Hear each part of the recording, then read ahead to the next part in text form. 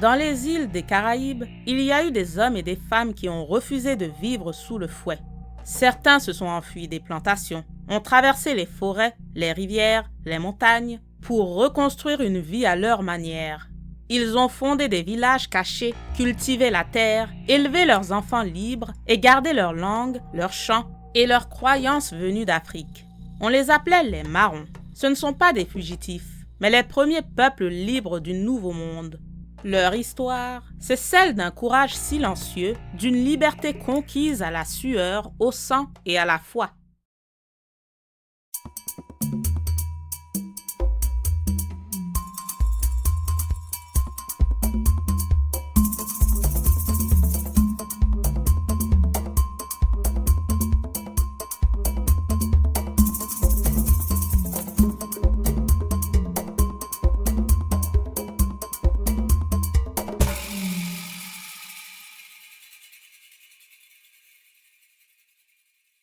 Le mot marron vient de l'espagnol cimarrón, qui désignait d'abord un animal domestiqué retourné à l'état sauvage.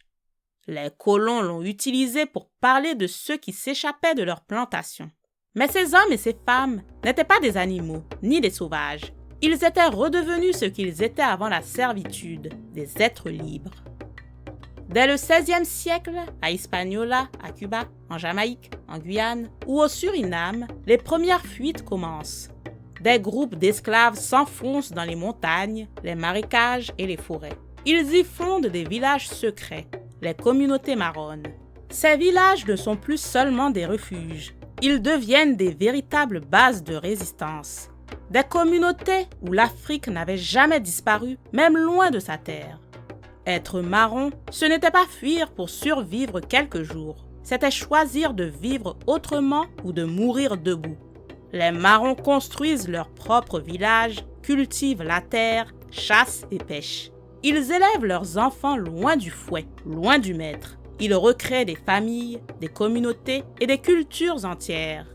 Ils connaissent la forêt mieux que leurs poursuivants. Ils utilisent la montagne comme bouclier, la nuit comme allié et leur tambour comme moyen de communication et d'alerte. Chaque expédition coloniale envoyée pour les capturer finit souvent dans la défaite. Les marrons connaissent le terrain, la pluie, les pièges et les sentiers. Ils menaient une véritable guerre de guérilla.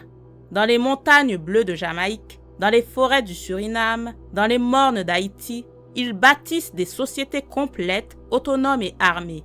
Parmi ces héros de la résistance, 3 noms résonnent encore aujourd'hui. En Jamaïque, il y avait Nanny of Maroons, une femme, une stratège, une chef spirituelle et guerrière. Elle dirigeait les marrons de la région d'Akopon et de Nannytown. Grâce à sa maîtrise du terrain et à ses tactiques de guérilla, elle tint tête à l'armée britannique pendant des années.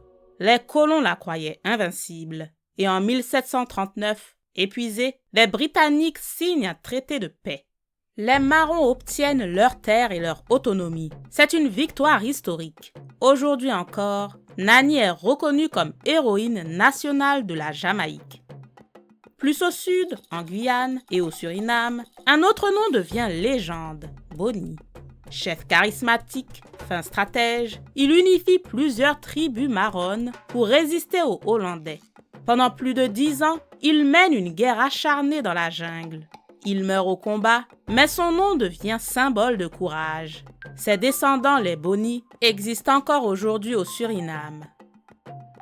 Et puis il y a Makandal, en Haïti. Guérisseur et stratège, il utilisait la connaissance des plantes et des esprits pour résister à l'esclavage et unir les siens. Il organise dans l'ombre un vaste réseau de résistance marronne avant la grande révolution haïtienne. Capturé et exécuté en 1758, il devient un symbole spirituel de la liberté noire. Les marrons ne vivaient pas seuls, ni cachés comme des fugitifs.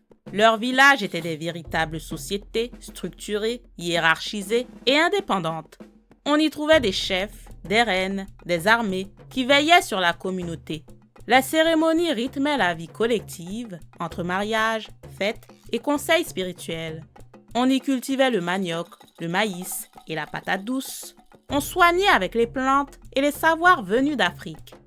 Au cœur de la forêt, les anciens racontaient les histoires du pays d'origine, enseignaient les chants, les langues et les symboles de la terre-mère.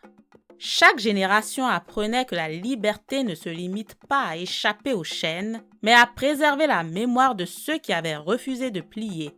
Là, au cœur de la forêt, les anciens transmettaient leur savoir, leur histoire, leurs chants, pour que la mémoire d'Afrique ne disparaisse jamais. Leur langue était un mélange de Kikongo, de Yoruba, d'Ewe ou de Wolof. Leurs danses, leurs chants, leurs rituels venaient du Bénin, du Congo ou encore du Nigeria. Chaque village était une petite Afrique ressuscitée. Les colons appelaient cela de la sorcellerie. Mais pour les marrons, c'était de la spiritualité, une manière de rappeler que l'Afrique ne mourait pas. Dans ces sociétés, les femmes n'étaient pas seulement mères ou épouses. Elles étaient guerrières, chefs, guérisseuses et stratèges. Certaines dirigeaient les villages, d'autres transmettaient la mémoire et la langue. Elles soignaient, cultivaient, protégeaient les enfants nés libres. Elles portaient le poids de la survie culturelle et spirituelle. La figure de Nani symbolise toutes ces femmes anonymes qui chaque jour ont maintenu la flamme. Sans elles, les sociétés marronnes seraient éteintes. Elles sont le cœur battant de cette liberté reconstruite. Aujourd'hui encore, les descendants des marrons existent. En Jamaïque, les habitants d'Acopon Town célèbrent chaque 6 janvier le traité signé par leurs ancêtres avec les Britanniques. Au Suriname et en Guyane, les communautés Saramaka, Ndika et Boni parlent toujours leur langue africaine, pratiquent leurs rituels et revendiquent leur identité avec fierté.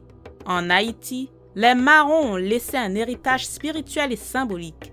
L'esprit marron a profondément marqué la Révolution. Des chefs comme Dessalines, héritiers de cette tradition de résistance, ont poursuivi le combat pour la liberté totale. Même Toussaint Louverture, bien qu'il ne fût pas un marron, s'est appuyé sur cet héritage de courage et de détermination pour unir le peuple et défier les empires. En 2003, l'UNESCO a reconnu les traditions marronnes de la Jamaïque et du Suriname comme patrimoine culturel immatériel de l'humanité, preuve que leur flamme brûle encore. Les marrons n'étaient pas des fugitifs, ils étaient des bâtisseurs, des hommes et des femmes qui, dans le silence de la forêt, ont créé les premières républiques noires avant l'heure. Leur histoire précède celle des indépendances. Aujourd'hui, leurs descendants continuent de vivre, de chanter, de prier et de transmettre. Et à travers eux, c'est toute l'Afrique dispersée qui se souvient de sa force. Si cette histoire t'a rappelé la grandeur de nos ancêtres, like, partage et abonne-toi à Afro Héritage Renaissance.